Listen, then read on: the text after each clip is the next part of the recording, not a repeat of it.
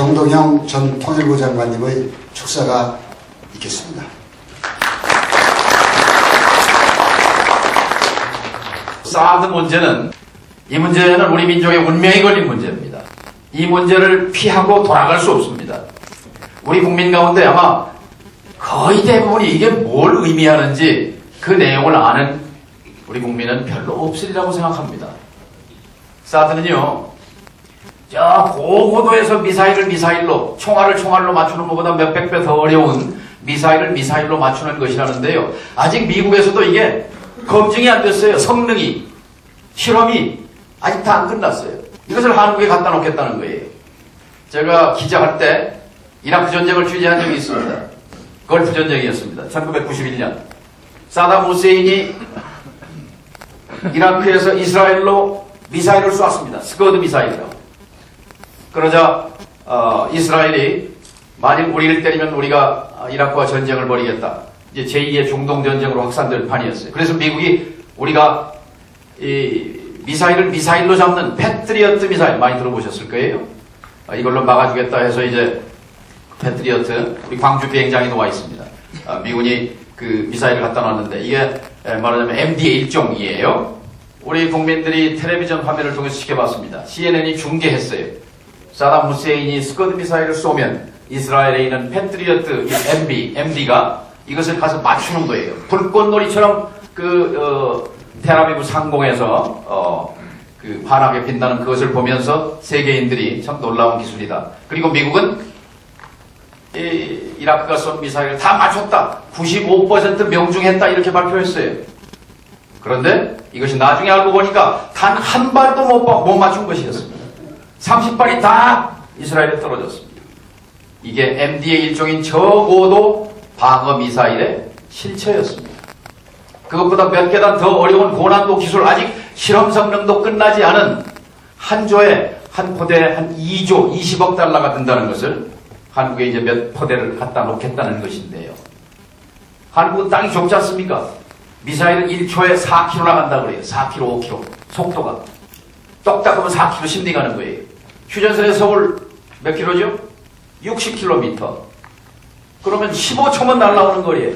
평양 근처에서 쏘아도 1분이면 날아오는 거리예요. 자, 미사일 쏘는 것을 레이더로 저 인공위성으로 탐지해서 이게 어느 방향으로 가는가를 식별해서 그 다음에 이걸 쏠지 말지 결정해서 요격 미사일을 발사해서 이게 15초 안에 1분 안에 2분 안에 될 일입니까? 이걸 다 검증해야 되잖아요. 이런 사실을 국민에게 알리는 것이 먼저여야 한다고 저는 생각합니다. 그런 의미에서 잠깐만 좀 설명을 드리면 사드는 저는 군사 문제가 아니라고 생각합니다. 사드 문제는 철저하게 정치 문제입니다. 사드는 그래서 군인들이 결정하는 문제가 아닙니다. 사드는 지도자가 철학을 갖고 결정할 문제입니다. 박근혜 대통령의 고민이 깊을 줄 압니다. 사드에 대해서 중국 주석 시진핑 주석이 가이드라인을 제시하고 국방장관을 파견하고 외교부 차관보를 보내서 사드를 용납할 수 없다라고 외교적 원사를 벗어나서 노골적이고 거칠게 밀어붙이고 있습니다.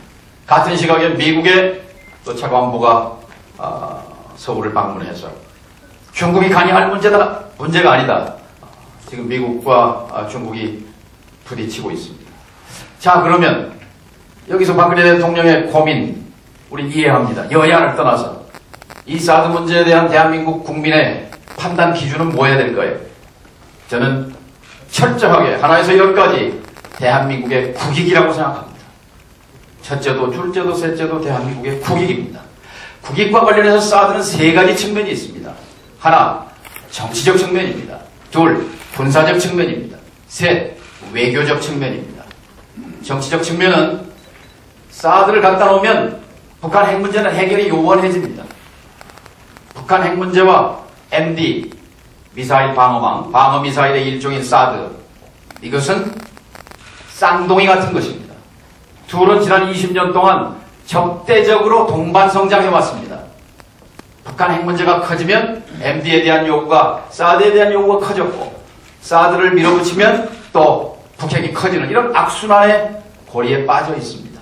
사드를 갖다 놓고 우리는 평화 통일을 얘기할 수 없게 되어 있습니다. 그런 의미에서 정치 문제입니다. 지도자의 철학의 문제입니다. 두 번째, 군사 문제입니다. 비용의 문제요, 효용성의 문제입니다. 세 번째, 외교 문제잖아요. 중국이 한미동맹은 수용한다. 그러나 한미동맹이 중국을 겨냥하는 것은 용납하지 않겠다. 이렇게 거칠게 나오고 있는 판인데 결국 어쩌면 한중관계 파탄을 감수하고 이 사드를 받아들일 것인가 하는 문제지요. 저는 그래서 이 문제는 여야의 문제로 접근해서는 진보 보수의 문제로 또는 이념의 문제로 절대 접근해서는 안 된다고 생각합니다. 대한민국의 국익이 어디 있는가 5천만 명이 환하게 잘 알아야 합니다. 그리고 이 여론을 무기로 해서 박근혜 대통령이 이 시대를 담당하는 지도자로서 깊은 고민과 철학으로 한반도를 좀 더 안전하게 만들고 한반도를 좀 더 평화 통일로 다가갈 수 있는 그런 길을 모색해야 한다고 생각합니다. 절대로 MD는 한국의 국익과 그리고 평화적 통일이라고 하는 우리의 미래 비전과 양립할 수 없습니다. 그러면 답은 뭐냐? 그렇게 문제 지적만 하고 답은 나와 있습니다. 답은 뭐냐? 이 사드, MD의 뿌리는 북핵이지 않습니까? 그런데 북핵 역사 20년에서 북핵을 평화적으로 해결하기로 미국과 북한과 러시아와 중국과 한국과 일본이 6나라가 합의한 2005년 9.19 공동성명 베이징 공동합의라는 게 있습니다. 내용이 뭐냐? 북한은 핵을 포기하겠다. 국제사회에 선언했습니다. 미국은 평양에 대사관을 갖다 놓겠다. 수교하겠다. 세 번째, 53년 7월 27일 무슨 날이신지 아시죠? 주전. 그 정전체제가 오늘도 계속되고 있는데 이 9.19 공동성명에서는 이것을 평화체제로 바꾸는 논의를 시작하자 이렇게 돼 있는 거거든요. 지금 이게 실종되어 있습니다. 바로 답은 박근혜 대통령이 육자회담을 재개시키는 것입니다. 9.19 공동성명 7년째 멎어 있습니다. 박근혜 대통령이 미국을 설득해야 합니다. 길이 있잖아요. 길이 있는데 왜 산으로 갑니까? 사드 문제 해법은 박근혜 대통령이 지도력과 철학을 발휘해서 육자회담을 재개해서 대화와 외교를 통해서 사드 문제를 푸는 것이 바로 광복 70주년의 한반도를 평화통일의 길로 안내하는 것이라고 저는 그렇게 믿습니다. 감사합니다.